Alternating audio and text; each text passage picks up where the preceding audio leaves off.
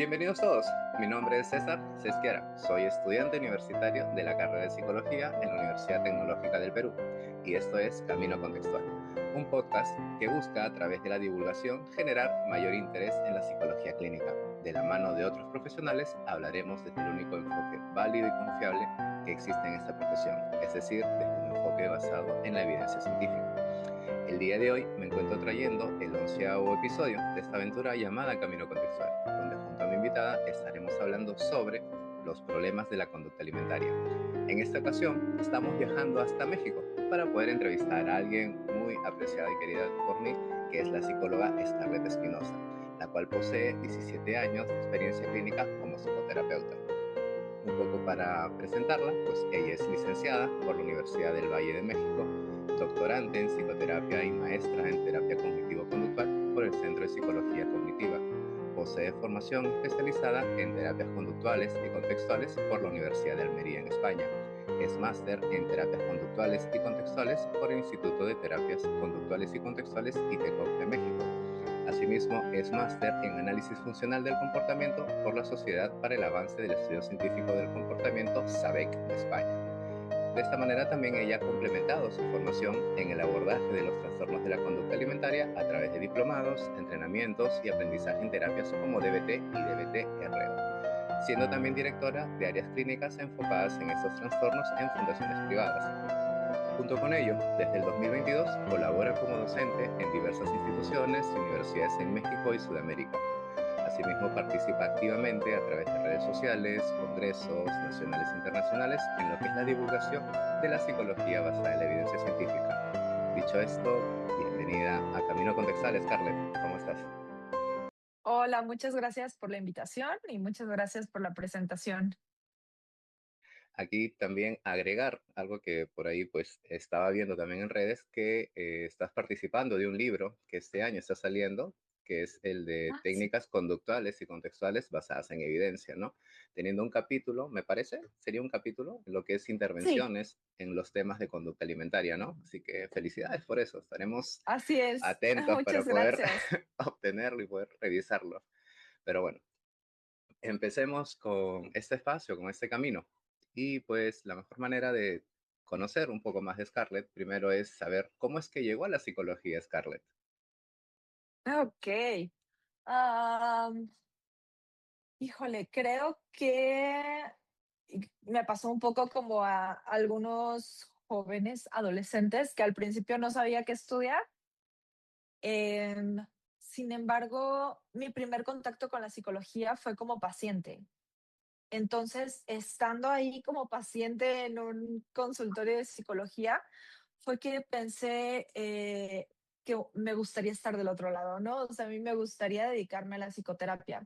Entonces, cuando decidí estudiar psicología, ya tenía una idea mucho más clara de quiero estudiar psicología para dedicarme a la clínica y pues ya como que poco a poco fui delimitando la cuestión de quiero dedicarme a problemas de la conducta alimentaria. Wow, qué bonito camino, qué bonita manera de empezar el camino en esta profesión. Me agrada bastante.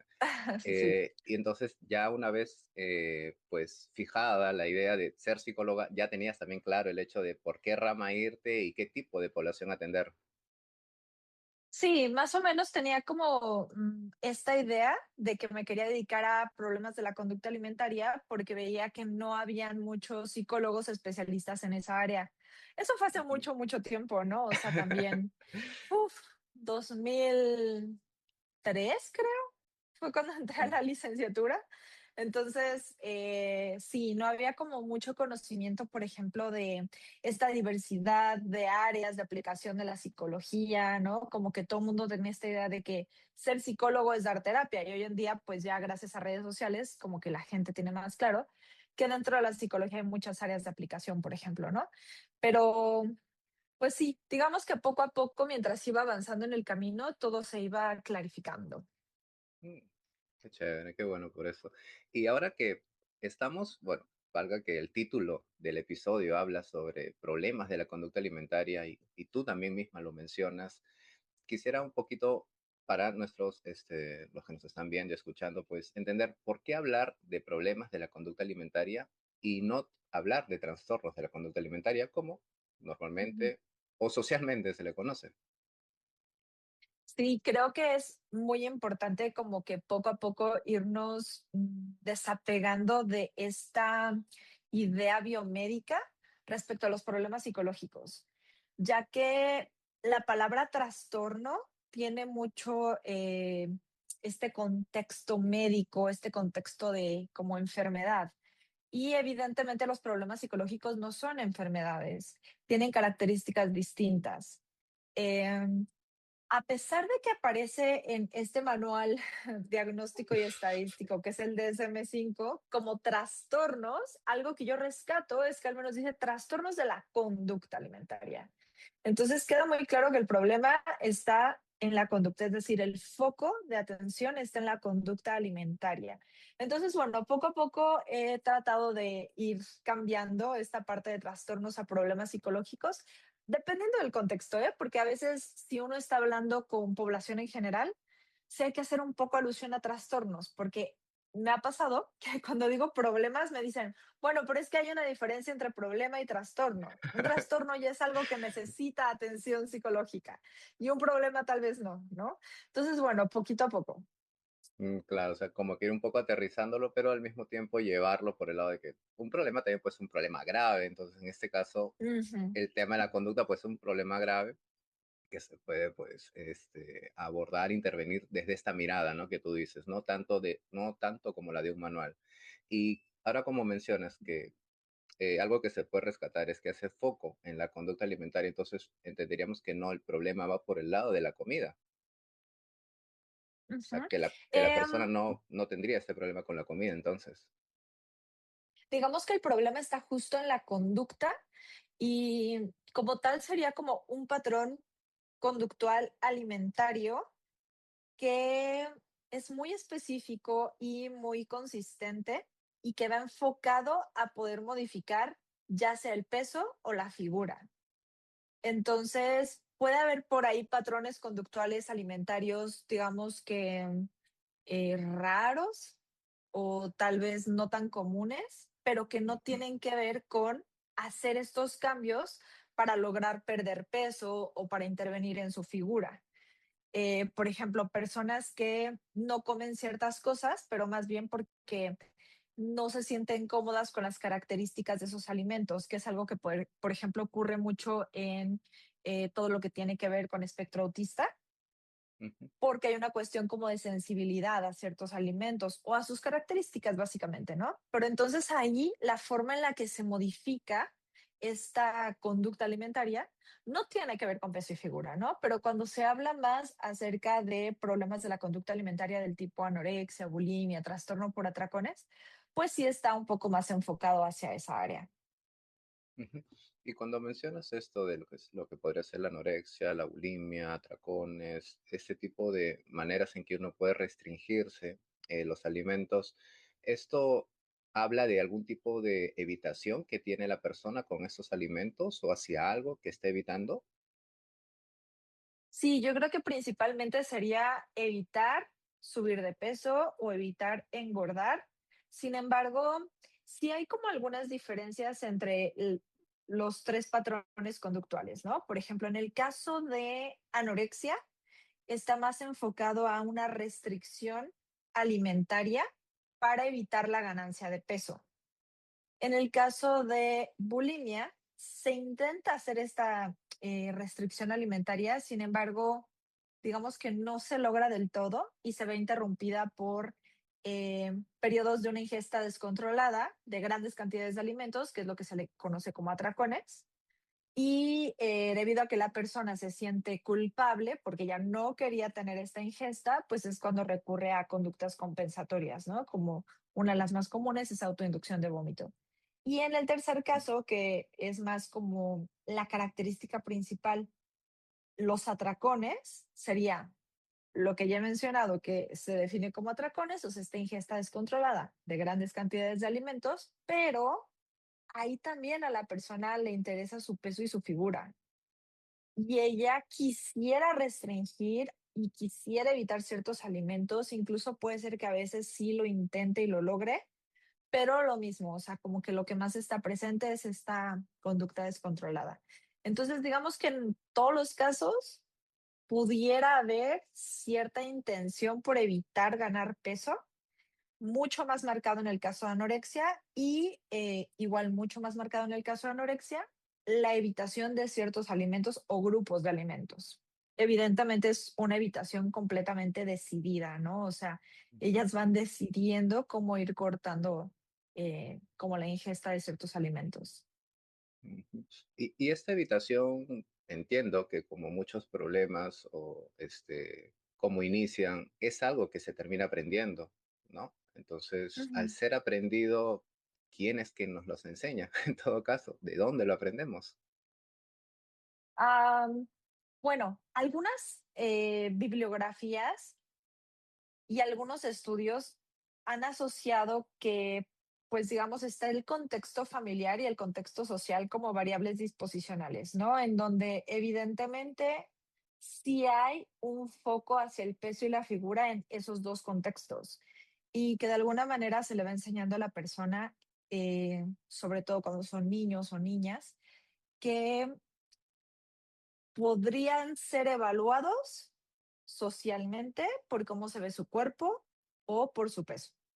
Y bueno, puede ser que desde pequeños haya cierto aprendizaje a, eh, digamos, asociar con que un peso o un cuerpo que se vea con ciertas características, por ejemplo, que le llaman un cuerpo gordo, un cuerpo grande, eh, va a ir acompañado de cierta estimulación aversiva, ¿no? Como por ejemplo estas conductas de bullying o burlas hacia personas que justamente viven en estos cuerpos. Entonces puede ser que los niños lo observen o puede ser que ellos lo vivan en primera persona. Y desde ahí pues se va aprendiendo todo esto, ¿no? Igual puede ser simplemente en el contexto familiar, pensemos en un niño o una niña que va creciendo en un entorno familiar en donde el papá, la mamá o ambos están muy enfocados hacia esa parte. Y siempre hay una dieta pegada en el refrigerador y siempre hay productos light y siempre hay estos comentarios de hoy ya subí de peso, qué mal me veo, etcétera. Entonces, bueno, por ahí también se va como construyendo todos estos aprendizajes.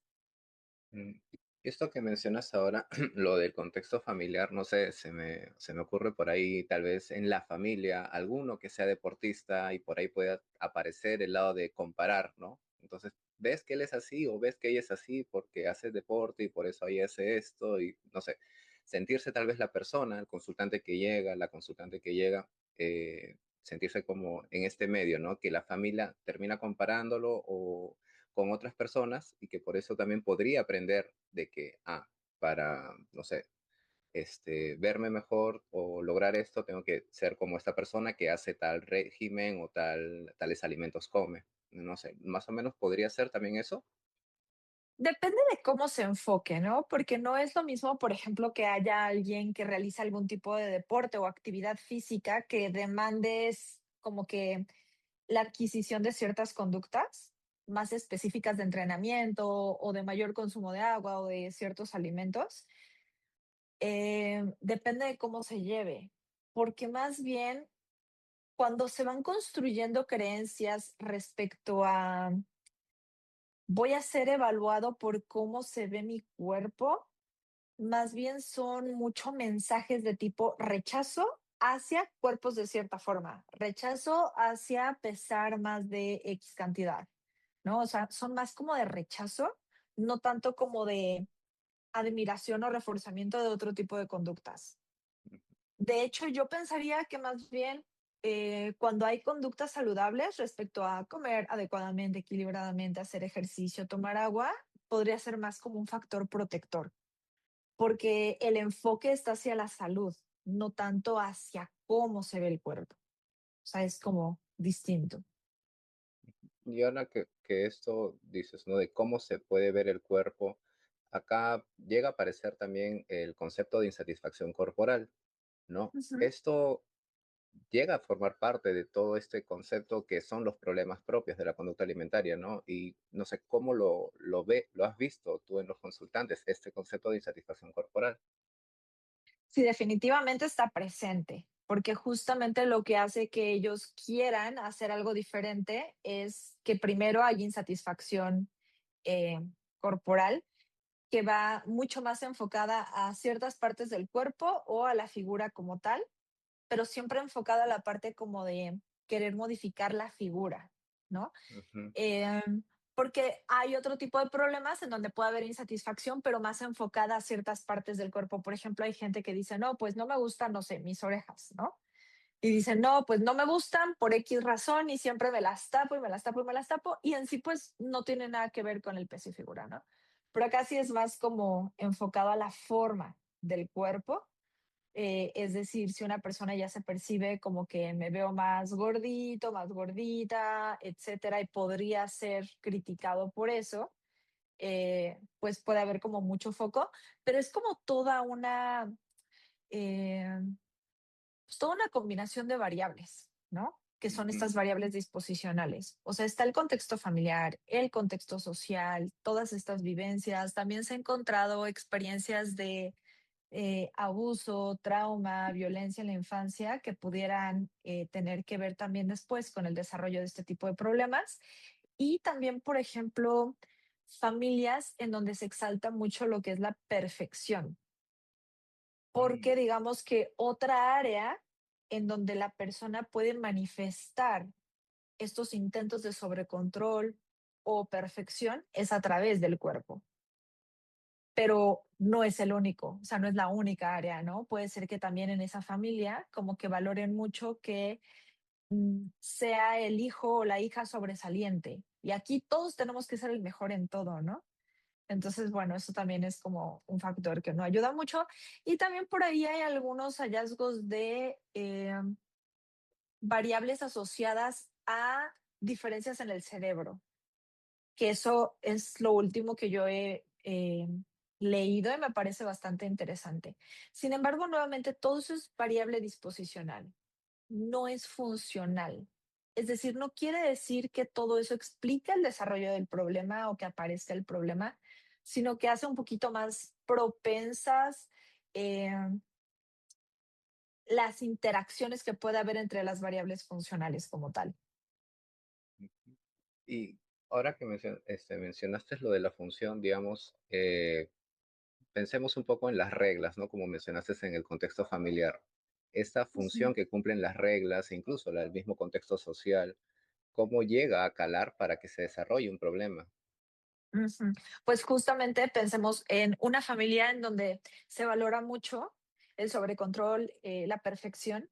Entonces, si yo como hija logro seguir esas reglas y logro obtener eh, premio por ser la mejor en el salón de clases, ¿no? O sea, como que la mejor de la clase. O también un reconocimiento en alguna actividad que haga, por ejemplo, que toque violín. Y también sobresalgo en ballet, ¿no? O sea, en todas las actividades que hago. eh, y hay una mayor atención por parte de mis padres. Cuando yo obtengo eso, bueno, ahí hay muchísimo reforzamiento. Por tanto, nuevamente esas reglas, pues se pueden ir a otras cosas como lo que es el cuerpo, como lo que es el peso. Digamos que al final serían conductas que se ven de diferente forma, pero que al final tienen la misma función. Obtener Mm, ese reconocimiento me va a hacer sentir valiosa, me va a hacer sentir bien. Y ahora cuando tocamos el tema del sentirse bien, puedo pensar un poco de que está muy asociada con el tema de cómo uno gestiona sus emociones. Y lo Ujú. mencionabas un poco con el tema del trauma, ¿no? Entonces, también se podría hablar de desregulación emocional, quizás en estos casos. Sí, sí, sí, sí. Por ejemplo, en teoría, hay algunas personas que tienden más a esta parte de la desregulación emocional, que sería como un polo, y el otro polo, que sería el polo opuesto, sería el sobrecontrol emocional. Mm, Entonces, en el lado del sobrecontrol encontraríamos más personas que justo sí logran mantener la restricción alimentaria y que se encontrarían más como en este patrón asociado a anorexia. Y en el polo de desregulación emocional estaría más justo personas que se encuentran en el patrón de bulimia o trastorno por atracones, ¿no? Eh, en algunos casos, cuando hacemos análisis funcionales de las conductas de atracón, podríamos encontrar que justo una función de esa conducta de ingesta descontrolada de alimentos es lograr regular una emoción muy intensa. No es la única función, puede haber diferentes funciones dentro de la misma conducta de atracón, pero podría ser una de ellas. Claro, o sea, sí, lo veo en el sentido de que uno tal vez a través de la ingesta de alimentos busca aliviar algo, como tú dices, ¿no? Que pueda ser muy incómodo de pasar Ujú, y puede ser una situación que en ese momento se esté dando. Y lo primero, pues, que tengo a mano y que puedo controlar, como dices, es el alimento o qué tanto puedo comer, ¿no? Entonces sí tendría sentido, pues, que uno busque alivio, no de la manera más efectiva, como lo decimos, ¿no? Pero sí que ujú, lo encuentre y que, bueno, de esto llegue a hacer que desarrolle un problema que finalmente, pues, puede llegar a ser tratado con bueno, con la psicología, ¿no? Y justo mm, ahora que vamos llevando esto al tema de la psicología, revisaba que el trabajar con problemas de la conducta alimentaria puede llegar a ser puede tratarse desde un enfoque que abarque más disciplinas, que no solo sea la psicología. ¿Es ujú. correcto? Sí, claro. De hecho, digamos que la recomendación general, digamos el Golden Standard internacional, es que el abordaje debe de ser multidisciplinario. Aunque el tratamiento de base es psicológico, porque evidentemente, como ya decía, estamos trabajando con la modificación de conductas. Ujú, eh, bueno, aquí quiero hacer una acotación, ¿no? Conducta, hablando desde el conductismo radical, también incluiría las emociones, ¿no? Emociones, pensamientos, acciones motrices, todo eso sería conducta. Entonces, bueno, ese sería el tratamiento base. Sin embargo, por las consecuencias que hay en esta modificación del patrón de la ingesta tan marcado, pues puede haber consecuencias de desnutrición, de falta de ciertas vitaminas. Por tanto, aquí se requiere la atención de un nutriólogo o nutrióloga y también una alteración en algunas cuestiones físicas y fisiológicas, ¿no? Que es en donde entraría justamente la intervención de un médico. Por lo tanto, digamos que en general lo que se recomienda es que sea un equipo multidisciplinario de médico, nutriólogo y psicólogo. mm, claro, o sea, y ahora en base a lo que también nosotros a través del espacio que tenemos, que buscamos que la psicología que se utilice sea una base en la evidencia, ¿cuál sería, bueno, mencionaste un poco del conductismo, pero digamos, el enfoque que, diríamos, sería el ideal para poder trabajar este tipo de problemas, ¿cuál tendría que ser entre todas estas disciplinas? Ok, bueno, pues mira, justo por ahí fue que empezó toda mi afición con el tema de psicología basada en la evidencia y psicoterapias basadas en la evidencia. Desafortunadamente, todavía para el día de hoy, que estamos en el año de 2026, hay muchos centros especializados en trabajar con este tipo de problemas que abordan el problema desde un enfoque psicoterapéutico que no es basado en evidencia. Esto quiere decir que las intervenciones no han probado ser eficaces para ese problema y aún así como que insisten en tratarlo con eso o intentar tratarlo con ello. Lo que se ha visto que tiene mayor evidencia de eficacia es las intervenciones que provienen de terapia cognitivo-conductual. Hasta el momento sigue siendo igual el Golden Standard internacional. Terapia conductual como tal y las terapias contextuales como la terapia de aceptación y compromiso, la terapia dialéctica conductual y la terapia dialéctica conductual radicalmente abierta. Hasta el momento serían esas. También está por ahí la terapia familiar, pero en combinación con, por ejemplo, terapia conductual o terapia cognitivo-conductual. Entonces, bueno, digamos que sí hay estudios que pueden ayudarnos a discernir si yo quiero trabajar con este tipo de problemas, en qué debería de formarme. Entonces, con esto que mencionabas sobre el equipo multidisciplinario, un poco se me venía, suelo decir a la cabeza para ya no utilizar la palabra mente. Ya. Entonces, que, digamos, el equipo con el que nosotros trabajemos estos problemas, de cierto modo tendrían que tener este enfoque con el que nosotros trabajamos o conocer este enfoque para poder de cierto modo hablar el mismo idioma y pues el consultante no se sienta como que uno me dice esto, el otro lo otro y así. Sí, yo pensaría que sí, aunque en general digamos que, por ejemplo, el médico solo se enfoca a la parte de poder evaluar cómo se encuentra la persona en términos de salud y Ujú, también en términos nutricionales.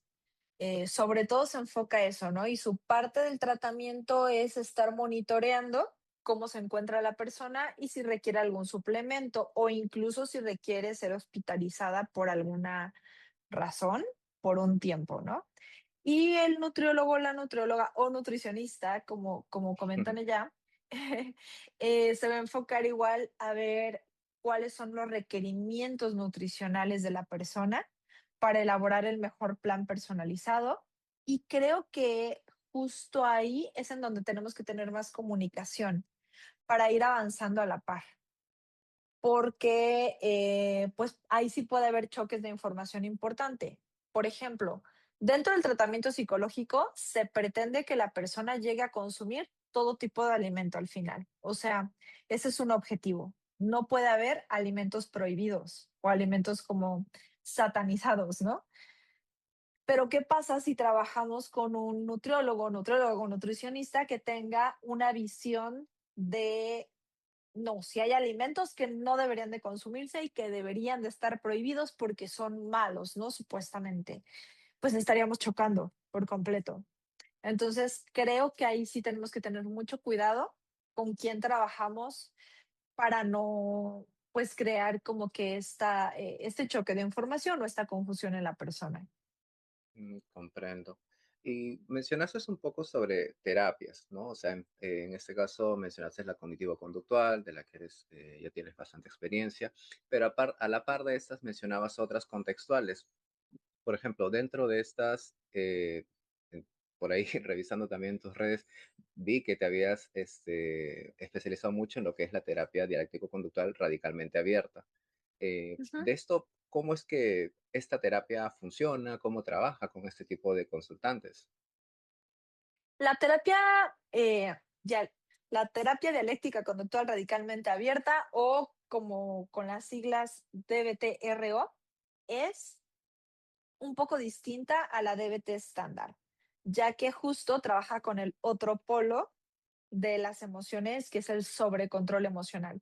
Y en realidad no es diseñada únicamente para personas que presenten, por ejemplo, problemas de anorexia, sino problemas de sobrecontrol en general. Es decir, personas que justo son, por llamarle así, muy perfeccionistas o que están muy enfocadas en seguir ciertos protocolos de conducta en todo momento, pero de manera muy, muy intensa y justo se ha visto que también ayuda en casos de anorexia para la parte del sobrecontrol.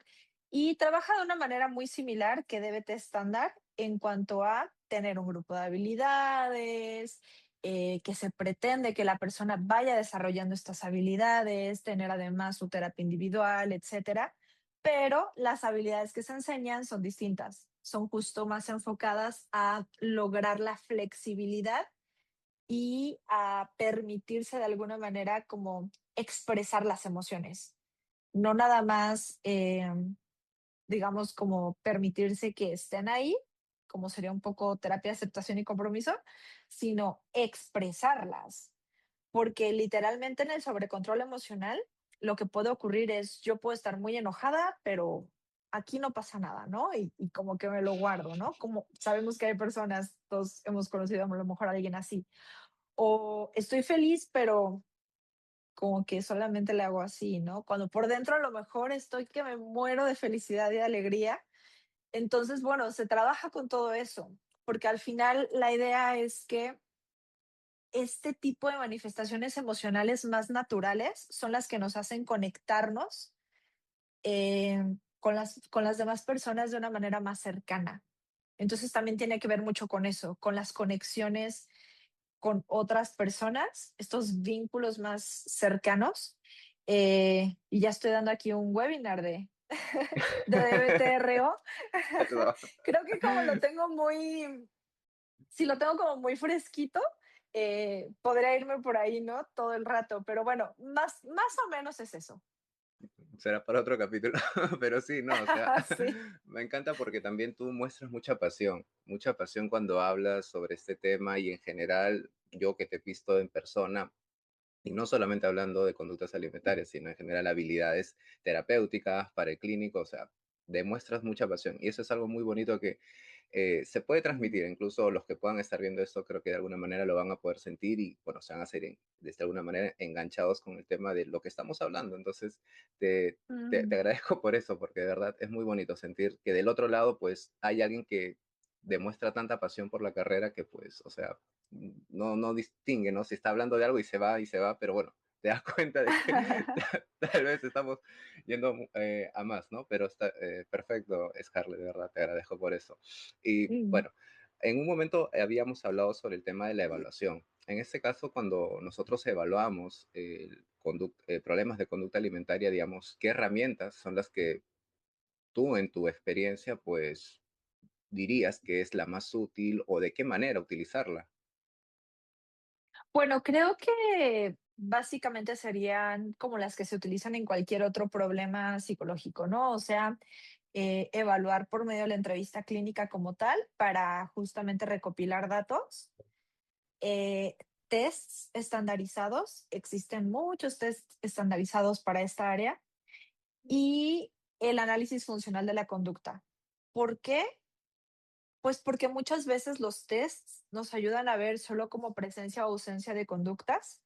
Y sí, creo que en muchas ocasiones son valiosos para utilizarse. Sin embargo, pues como que hasta ahí llega, ¿no? O sea, ese es su límite.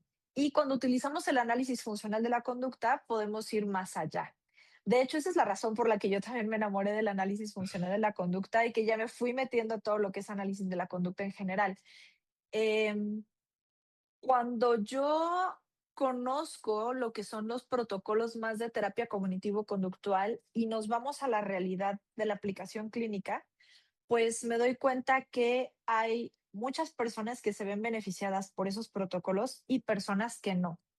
Y son personas que aparentemente presentan como el mismo grupo de conductas. ¿Qué es lo que pasa? Pues justamente que hay conductas que aparentemente son las mismas, pero que tienen otras funciones. Y que cuando tú puedes justo evaluar esa función, puedes elegir una intervención acorde a esa función y me parece como mucho más lógico o con más sentido a decir, no, yo voy a aplicar este protocolo como a priori, sin poder evaluar antes, ¿no? Entonces, yo por eso es que también empecé como a defender mucho o a, no defender, más bien como tratar de compartir con otras personas la importancia de utilizar el análisis funcional, ¿no? Porque pues yo lo veo en la práctica clínica que definitivamente es una herramienta básica. Mm, Y qué chévere que puedas mencionarlo porque creo que en ocasiones, al menos nosotros que estamos aún en el pregrado, pues no, por ahí no se llega a nombrar en las clases cuando llevamos cursos que tengan que ver con intervención terapéutica, el tema del análisis funcional. Nos explican, como dijiste, ¿no? El tema de uso de test, definitivamente la entrevista, por ahí la observación, pero hasta ahí llegamos. Entonces, nos Ujú, queda definitivamente, uno termina la carrera y le va a quedar corto a esas herramientas. Entonces, pero poder ujú, utilizar algo como el análisis funcional de la conducta para entender por qué aparecen estos problemas, pues sí, va a ser muy beneficioso para tanto el terapeuta como para el consultante. Y ujú. bueno, aquí llevándolo un poco más para el lado del contexto que también se mencionó durante esta entrevista, eh, pensar en el rol de la familia, cómo logramos involucrar tal vez a la familia para que este proceso pues realmente vaya por el camino que debe ir. Bueno, primero considerar que entre más joven sea la persona que presenta el problema, pues va a estar más sujeto a lo que ocurre en ese contexto, porque digamos que si hablamos de una persona de 12, 13 años, pues evidentemente ese consultante no va a poder elegir lo que hay en la alacena o Mm, no va a poder elegir el tipo de actividades que se hacen día a día. Entonces, pues ahí hay que trabajar mucho más con la familia, ¿no? En general, para cualquier problema psicológico, si hablamos de población infantojuvenil, siempre tenemos que trabajar con los padres. Y Si ya se trata de, por ejemplo, pensemos en jóvenes arriba de 20 años, bueno, digamos entre los 20 años y los, no sé, pensemos que 40, ¿no? Todavía son jóvenes. Somos Eh, jóvenes. Somos jóvenes. Ahí va cambiando un poco como que el nivel de intervención que vamos a tener con la familia. Ujú, Porque a lo mejor si se trata de una mujer casada de 35 años, quizás la intervención es no con los padres, sino con la persona que vive con ella, a lo mejor su pareja, ¿no? Entonces, va a depender. Ahora, tratándose de población infanto-juvenil, por eso es que la terapia familiar tiene buena evidencia, porque se trabaja con la familia justamente para que ellos sean parte de las intervenciones. Em, en casos de, por ejemplo, conductas asociadas a anorexia, se hace mucho control de estímulos, se establecen horarios específicos para los alimentos, incluso se establecen ciertas contingencias si la persona no lleva a cabo el seguimiento del plan nutricional, o sea, sí se trabaja muy, muy de cerca con la familia en esos casos. ujú. Y en tu experiencia, en todos estos años que has podido estar de cerca trabajando con este tipo de problemas, eh, ¿podríamos decir que es algo que llega a ser de por vida o es algo que, digamos, con el proceso adecuado puede, no sabría si decir, eliminarse, extinguirse, por así decirlo? Definitivamente son conductas que se pueden modificar, como Ujú, cualquier otra conducta. Dentro de lo que es la psicología científica, pues nunca hablamos de, por ejemplo, desaprender conductas. Sabemos que las conductas no se desaprenden como tal, ujú, sino que podemos aprender repertorios conductuales nuevos para relacionarnos con nuestras emociones, nuestros pensamientos, etcétera, ¿no? Entonces, si hablamos de un conjunto de conductas que están asociadas a este foco de querer bajar de peso, porque parece que es lo más importante, y a través de eso mido mi valor, definitivamente es algo que puede modificarse al 100%, de tal forma que la persona nunca más regrese a ese tipo de patrones conductuales.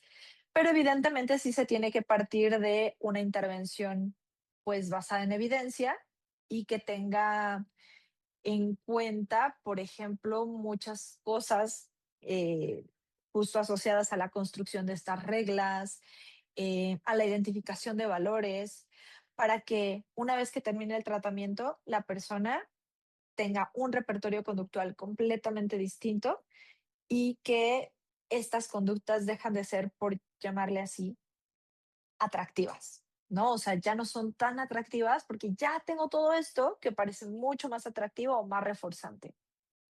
ujú. Y ahora me estaba acordando un poco porque mencionamos bastante el tema de la anorexia. Por ahí también había visto que parte de este grupo de problemas de conducta llega a ser lo que sería lo opuesto, en cierto modo, que sería la vigorexia. Y aquí el abordaje, que también llega a ser un problema en cierto sentido, ¿cómo vendría a ser?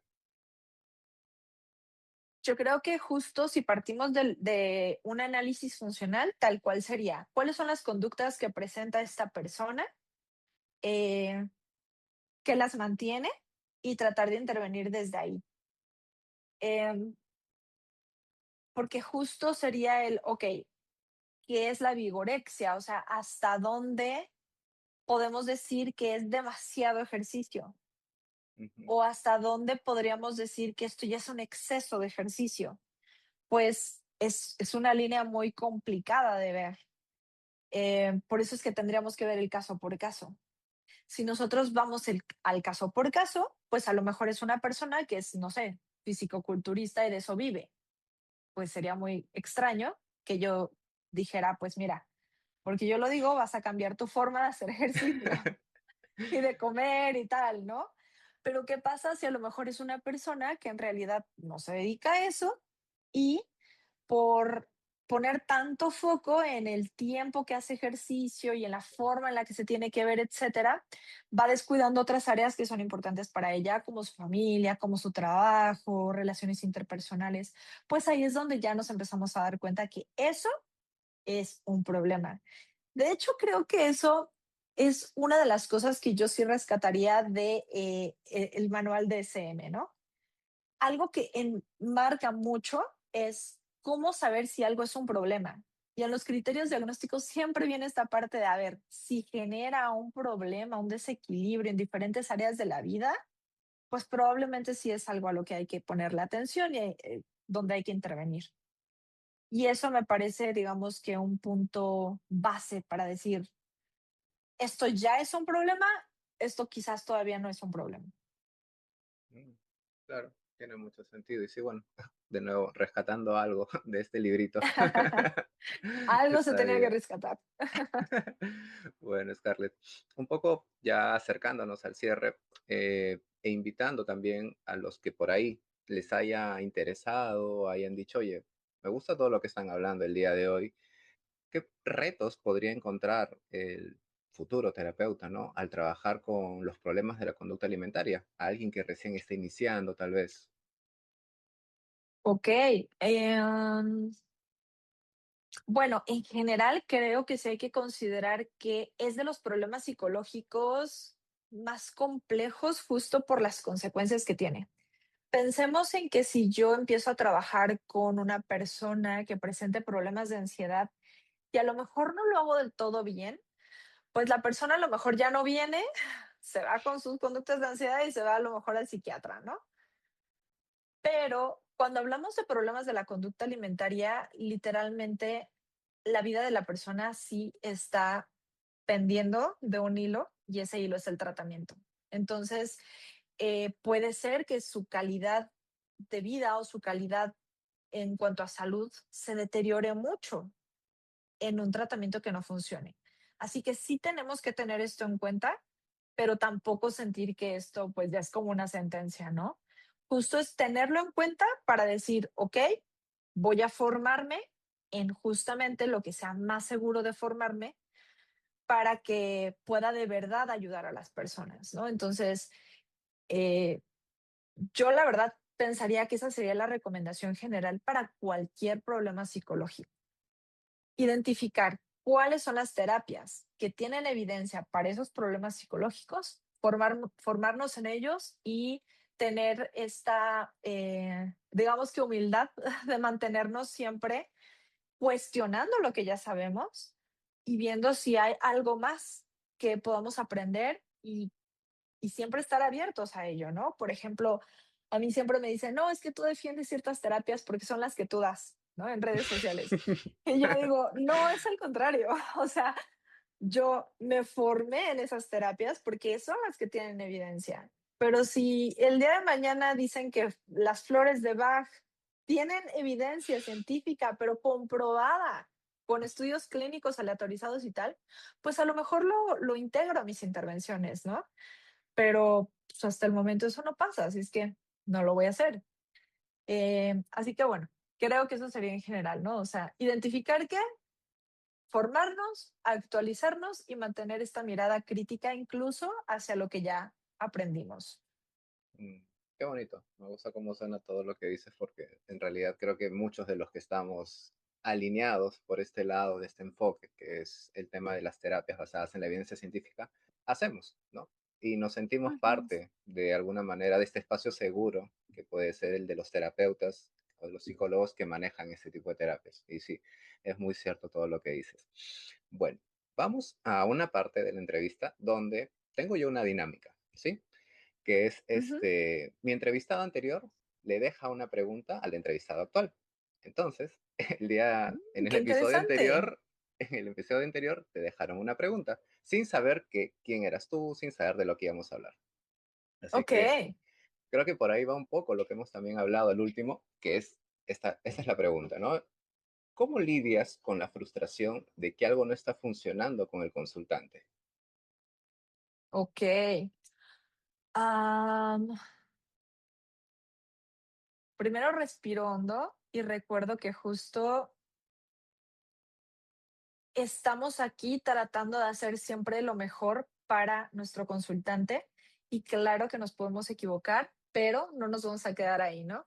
Sino que después de regularme, podría empezar a revisar mi conceptualización del caso y evidentemente revisar mis análisis funcionales para ver si hay algo que se me está pasando. Si por ahí identifico algo, bueno, pues intentar llevarlo a cabo, o sea, implementarlo en las siguientes sesiones. Y si siento que aún así eso no es suficiente, entonces pedir alguna supervisión o conversarlo con algún otro colega para ver si ahí puedo obtener una visión distinta de algo que yo no estoy viendo, ¿no? Entonces creo que primero sí es como aceptar que somos seres humanos, tratando de hacer lo mejor posible, regularnos, ¿no? No caer en este punto de no, es que a lo mejor nunca va a salir esta persona y tal, ¿no? O sea, no. Y evidentemente irnos a la parte práctica de ver qué vamos a hacer para que esto funcione, porque tiene que funcionar. Y qué humana tu respuesta de verdad, porque, o sea, sí, finalmente somos seres humanos frente a otros seres humanos y pues tenemos todo el derecho de poder equivocarnos, claro, en un menor margen, es cierto, porque hay un conocimiento con el que llegamos a la sesión y que la idea pues es poder llevarlo al proceso de terapia con el consultante, ¿no? Pero qué bonita la respuesta que das, de verdad. Y Mm, bueno, ahora, pues como parte de la dinámica, pues te invito a dejar tu pregunta para la siguiente persona que vaya a ser la que se entreviste. Así que ok. adelante. La consigna y premisa es la que suelo decir. Es alguien que maneja terapias basadas en la evidencia científica. En base a eso, pues tu pregunta puedes elaborarla. Mira, vamos a meter algo curioso y divertido que podría ser que, ¿qué sería algo que no te gusta de trabajar con la población que trabajes o con el tipo de enfoque que trabajes? Aunque sea muy mínimo, pero algo que digas tú, ay, esto no me gusta tanto. Me gusta, me agrada la pregunta. Se la haré llegar a nuestra siguiente invitada. Pero bueno, Vale, Scarlett, ya para ir finalizando, esta vez sí, te invitaría a que puedas dejar un mensaje a todos estos estudiantes, futuros psicólogos, posiblemente terapeutas, que el día de hoy pues se han permitido escucharlos y escucharte a ti, conocerte. ok, bueno, pues creo que me encanta pensar en que todo esto que tiene que ver con la consolidación de la psicología desde una perspectiva científica, en algún punto va a ser lo que más va a permear. Entonces, definitivamente, personas que estén estudiando psicología o que recién estén saliendo de la licenciatura, eh, son justo las que van a ir construyendo ese futuro de la psicología. Em, yo admiro, por ejemplo, mucho a la doctora María Jesús Frogchan, y para mí ella ha sido un modelo en muchas cosas. Entonces creo que todos tendríamos que pensar en cómo podernos ir influyendo o salpicando entre todos para, como decía, ¿no? Ir consolidando esta perspectiva de la psicología científica basada en evidencia, ética, y que esa sea nuestra brújula. O sea, creo que eso es lo más importante, que esa sea nuestra brújula para poder actuar y que en un futuro, a lo mejor cuando yo ya tenga unos 70 80 años, diga, wow, mira todo esto, wow, valió la pena. Eso sería algo muy bonito. Confío mucho en que vayan a haber personas que vean en ti y en otros psicólogos que contemporáneos, más allá que de María Jesús, esas influencias, esas personas a quienes seguir o esas personas de las quienes inspirarse, porque soy una de esas personas. En ti veo una inspiración, igual en María Jesús y en otros más colegas contemporáneos, que incluso son menores que nosotros, que estamos ya sobre los 40, ¿no? Que veo y pues, o sea, hacen ese tipo de psicología, que es la que, de momento, es la que necesitan nuestros consultantes actuales. Así que, Sí. bueno, Y yo quiero agregar algo que también es muy bueno, justamente esto que tú estás haciendo y que muchos otros colegas están haciendo, que es el poder llevar esta parte de la psicología científica, psicología basada en evidencia, a diferentes canales.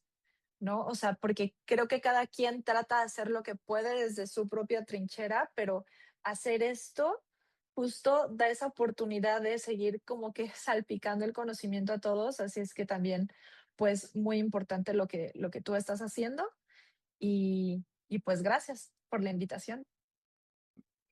Y más bien, gracias Scarlett. Sé que dentro de toda tu agenda te has podido dar este espacio. Te lo he estado por ahí también pidiendo. Entiendo muy bien que estás ocupada y también eso me encanta, ver de que puedas tú continuar aprendiendo, continuar salpicando esto que tú dices, ese conocimiento y que pues también dentro de esto, de tu agenda, pues puedas permitirte, ¿no? Compartir todo esto que tú sabes para los que estamos aprendiendo a hacer psicología. Así que te agradezco de verdad de todo corazón y Mm, bueno, les digo a todos los chicos, pues muchas gracias por habernos acompañado el día de hoy. Será hasta otro episodio, así que buenos días, buenas tardes, buenas noches y nos vemos en el camino. Chao, chao. chao.